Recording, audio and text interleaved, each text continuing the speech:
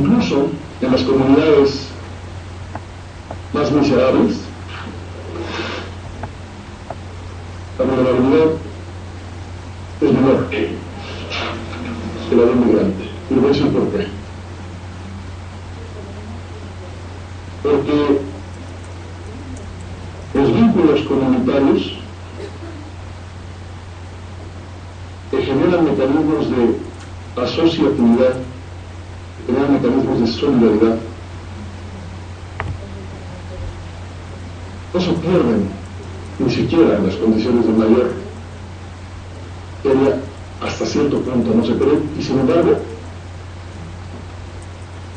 la ruptura de todos estos vínculos en el fenómeno migratorio pierde completamente cualquier mecanismo informal o formal, cualquier tejido formal o informal de protección.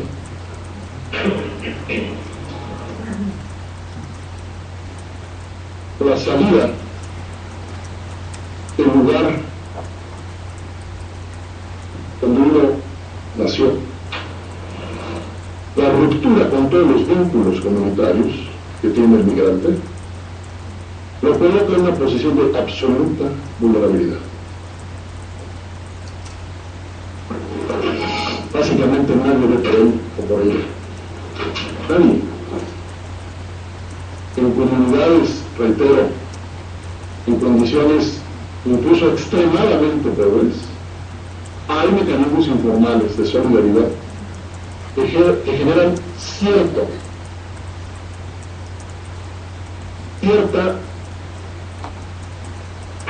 capacidad de administrar los riesgos. En el fenómeno migratorio eso se pierde completamente.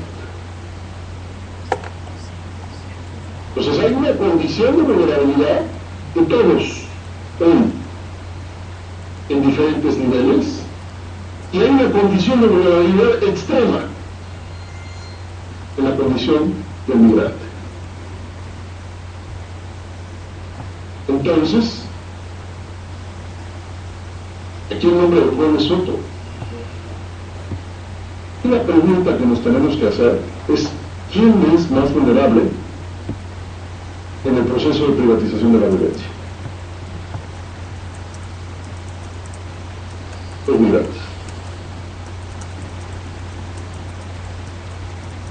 Si no tuviéramos una crisis estructural del Estado, si no viviéramos este proceso de reprivatización de la violencia, eso construiría pues un escenario distinto para los migrantes. Si México tuviera una institucionalidad sana,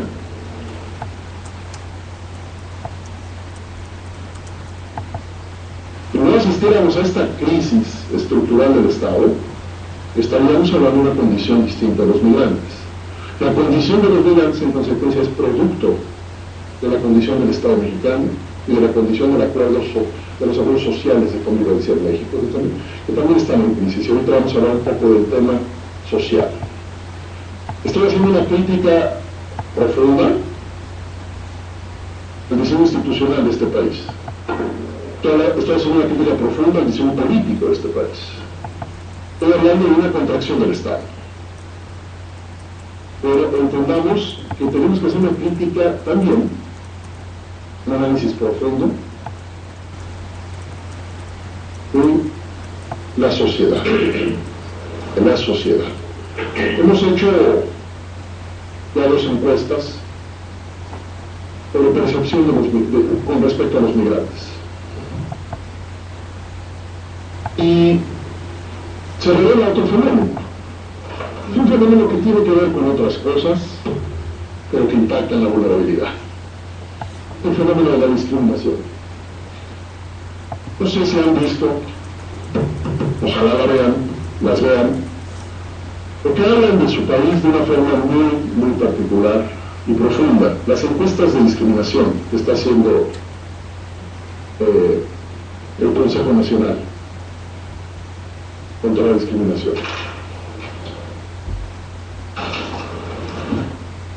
Hay que ver esas encuestas. Bueno, nosotros hemos encontrado en nuestras encuestas una profunda discriminación hacia el migrante.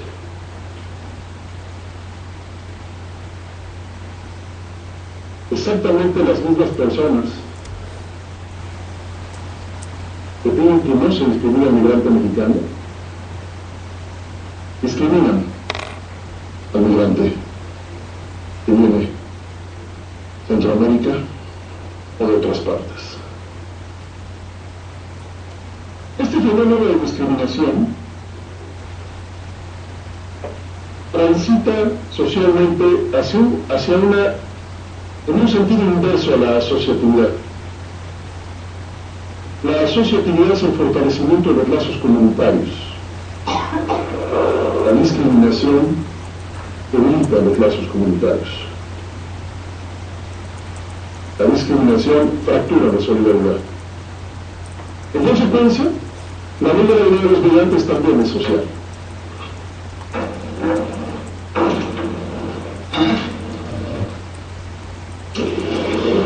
Este país construye vulnerabilidad para los migrantes desde las instituciones y desde las propias comunidades. Lo tenemos en encuestas. Las mujeres discriminan a los migrantes por unas razones, los hombres por otras, los empresarios, comerciantes, de qué ven las encuestas. Pues la relación que tenemos con los migrantes es un síntoma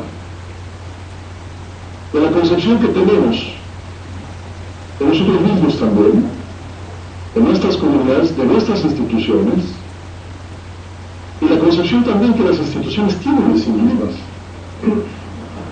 concebidas de sí mismas mucho más como un instrumento de poder que como un instrumento de protección ciudadana.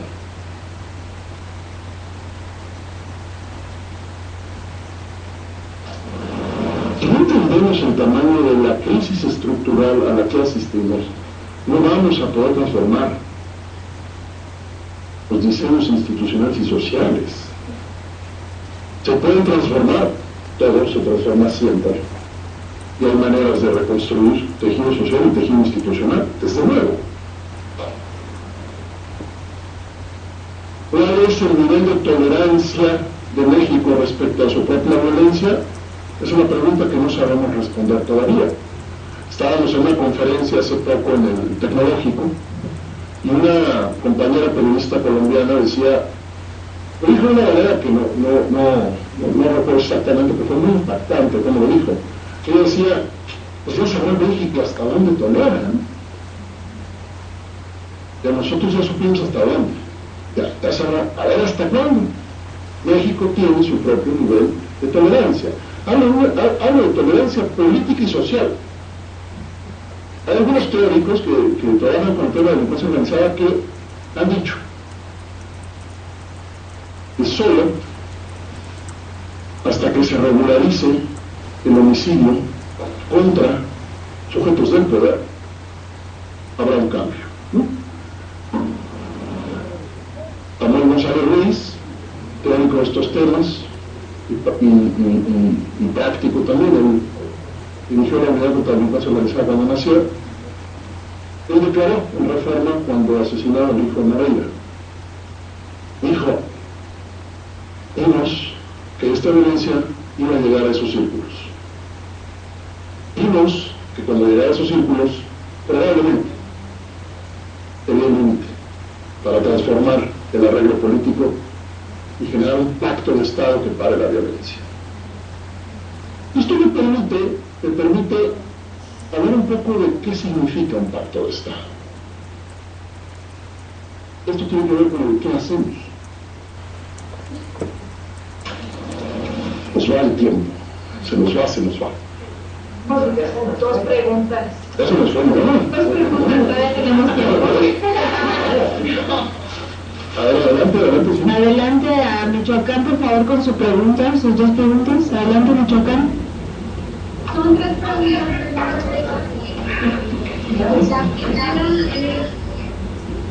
¿Puede decir que en el caso de la ley de protección es un intento de contrarrestar el derecho legítimo, dado que el Estado y por eso entonces es más fácil hablar de la No entendí muy bien la pregunta, ¿se está recortando? ¿La puedes repetir, por favor? Claro. En el caso de México, de seguridad nacional es evidente contra la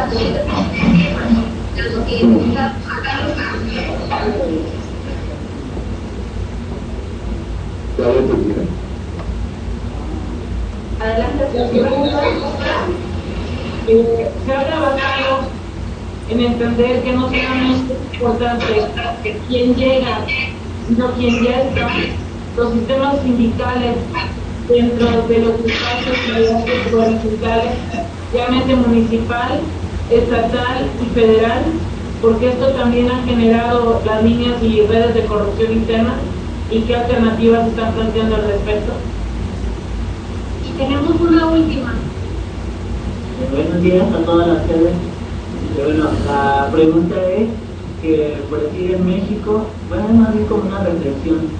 En México, las organizaciones criminales hacen como un intento de legitimizar la violencia ilegítima que ellos mismos han como adquirido. En el caso, por decir, de Michoacán y en algunos otros estados de México, que yo creo que se han podido dar cuenta, que se lanzan como manifiestos y narcomandas en las que esas organizaciones intentan como, bueno, dan a conocer y dicen que ellos no se cuestan, no matan, pero que están ahí para defender a la sociedad y para acabar con las organizaciones rivales. Entonces quiere decir que es como el intento de ellos mismos legitimizar esa violencia, y lo más curioso es que en ocasiones ellos logran su cometido, porque en algunas poblaciones pueden, se escucha que las personas se creen protegidas por este tipo de organizaciones más que desde el gobierno mismo. Gracias. Dame la palabra a Saltillo, por favor.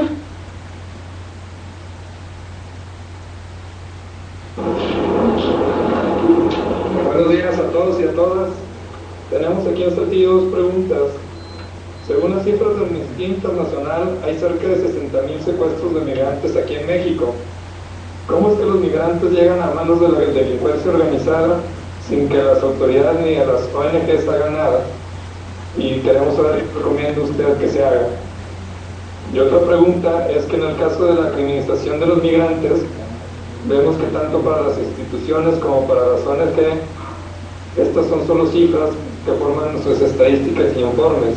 ¿Cuál debería ser el papel de estas instituciones en cuanto a la defensa del migrante? Gracias. Gracias, Saltillo. Tenemos una pregunta desde Chicago también. Nos pregunta Elvia que qué papel tienen los migrantes en el tema de la seguridad pública y en el tema de la seguridad nacional. Bueno, creo que ahorita que hace una consulta particular sobre la guerrilla y el subcomandante Marcos, pero creo que será motivo de otro correo y de otra sesión. Chilpancingo también nos refieren, si puedes ahondar un poquito más en el papel de las instituciones que procuran la seguridad. Tiene que hacer, Claro.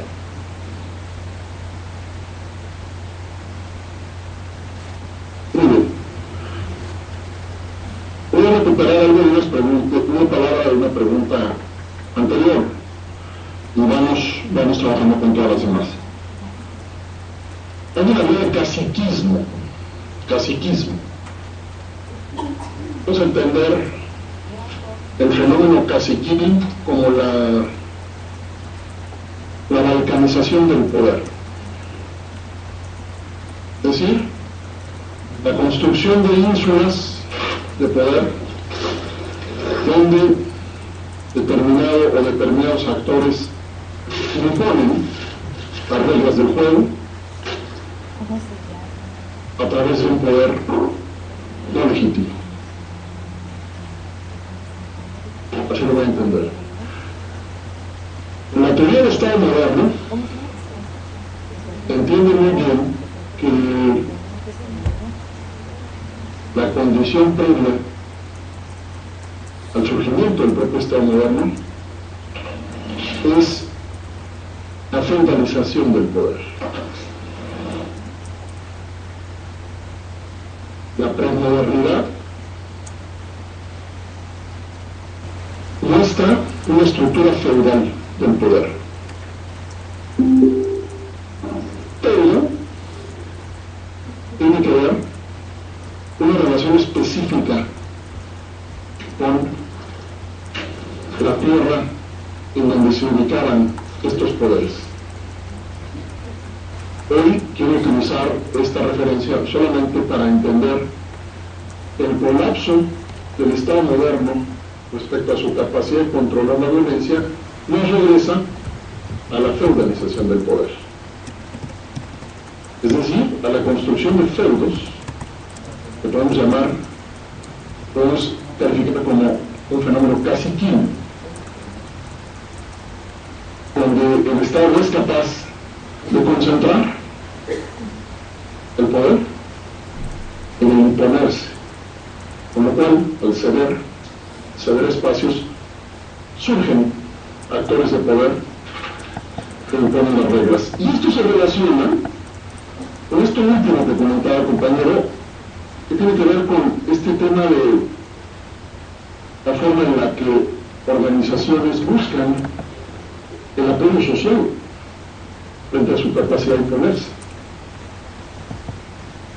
En ese caso estamos frente a la construcción de un nuevo acuerdo político, donde puede ser que se legitime a través del uso de la fuerza algunos de los grupos que luchan por ese poder.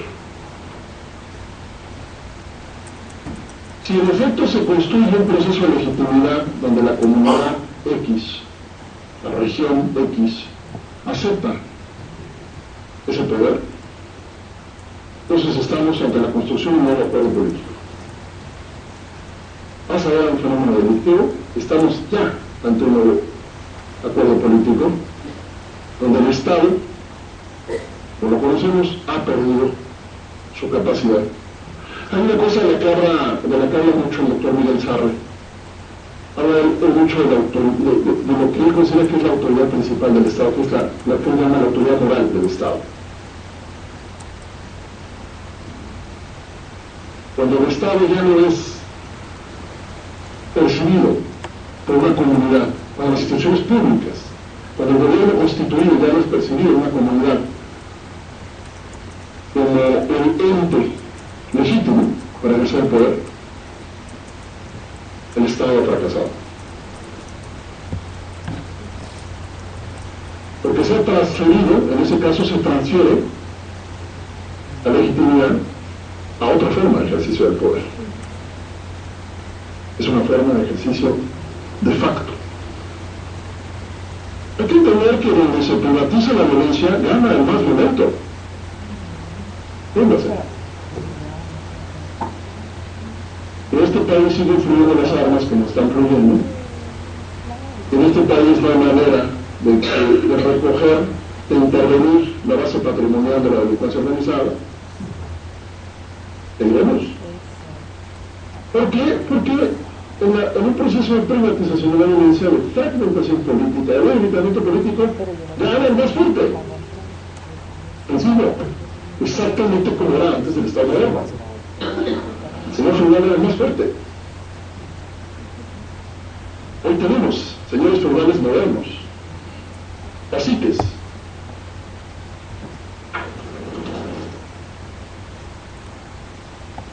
El Estado nació para evitar el uso de la violencia privada. Fundamentalmente, si la violencia privada es posible, el Estado ha quedado desdibujado. Pero si encima existe una legitimidad, desde el punto de vista sociológico, legitimidad en el sentido de un consenso que autoriza una forma de ejercer el poder de facto, estamos entonces ante otra construcción política, una nueva construcción política. Quiero aclarar un poco eso de que las instituciones y las ONGs no hacen nada. Las ONGs hacen muchísimo más de lo que cualquiera se imaginaría, particularmente las ONGs asociadas con temas migratorios. No es tema para hoy, quizá, pero sugeriría que incluyeran en este curso, o en el que siga, un mapeo de actores para que ustedes sepan lo que estamos haciendo. Que nos rompemos el mundo todos los días trabajando en estas cosas. ¿Y por qué hay gente que pone el pellejo en riesgo todos los días a favor de los migrantes? Todos los días. Ahí están los albergues. ¿Alguien se enamora este algún día de ver un albergue? ¿Hay alguno muy cerca? ¿Aquí en Lechería? Y ya se movió. O lo toca. Y si ya lo hicieron, que bueno, si no lo han hecho, asómense y vean quién trabaja ahí, antes de decir que las ONGs no hacen nada. Ahora, ¿cómo llega a manos de la delincuencia organizada un migrante? Creo que es la pregunta. ¿No? ¿Cómo llega a los migrantes a manos de la delincuencia organizada? Y las instituciones y las ONGs no hacen nada, decía la pregunta. Bueno, voy a reiterar que la delincuencia organizada no se explica sin cinturones de protección del Estado. Y esos cinturones de protección pueden funcionar por acción o por omisión. Es decir, acciones del Estado para proteger a la delincuencia organizada o omisiones del Estado para dejar hacer a la delincuencia organizada. Es complejísimo, es un proceso lleno de dinámicas complejas, lleno de dificultades para probar, dicho sea de paso, en un proceso jurídico, en un proceso judicial. Pero lo que hay que entender es que la delincuencia organizada no emerge, no se desarrolla, no se consolida sin entender los vínculos, sin tener vínculos con el Estado. México estamos, como en muchos otros lugares del mundo, estamos en lo que se llama la etapa predatoria de la delincuencia organizada. Una etapa en la que la delincuencia organizada captura actores institucionales del Estado o instituciones mismas del Estado. Un número indeterminado de instituciones policiales tiene hoy espacios capturados por la delincuencia organizada. Un número indeterminado de Procuradurías Generales de Justicia tiene hoy espacios capturados por parte de la delincuencia organizada. Entonces, y que se entiéndase la vulnerabilidad del migrante a través también de la capacidad de la delincuencia organizada para capturar actores institucionales y actores políticos. Y también para imponerse frente a actores sociales. Hemos visto evolucionar en los últimos años la influencia de la delincuencia organizada en municipios donde no estaba, no se sabía, no se conocía, no se había vivido un embate de la delincuencia organizada. Lo estamos viendo en estados del país diversos. No necesariamente, no solamente en el norte. No sabemos de qué tamaño son la influencia de la delincuencia organizada en las decisiones políticas de este país. No lo sabemos. Algunos, Argalo Buscaglia, tiene estudios, tiene métodos para definir porcentajes incluso de captura del Estado. En la realidad, el 70 y tantos % de municipios con influencia visible de la delincuencia organizada. 70 y tantos % de los municipios del país.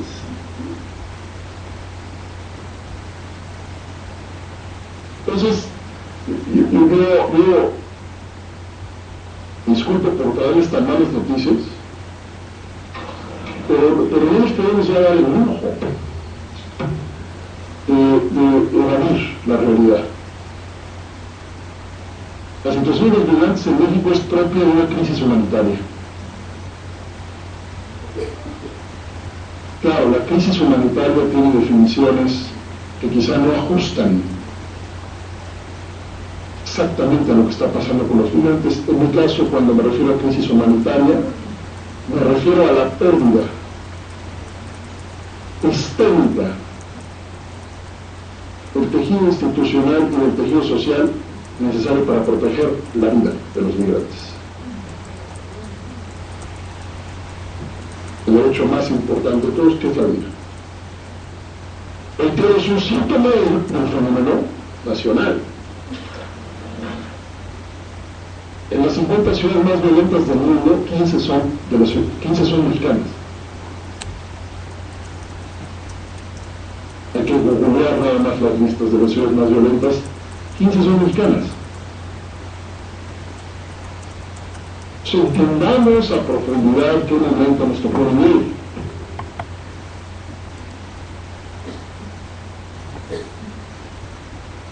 Esta pregunta se ha trabajado en entender quién llega, pero también quién está, y tiene que ver con las redes de corrupción. Pues desde luego que sí se ha trabajado mucho.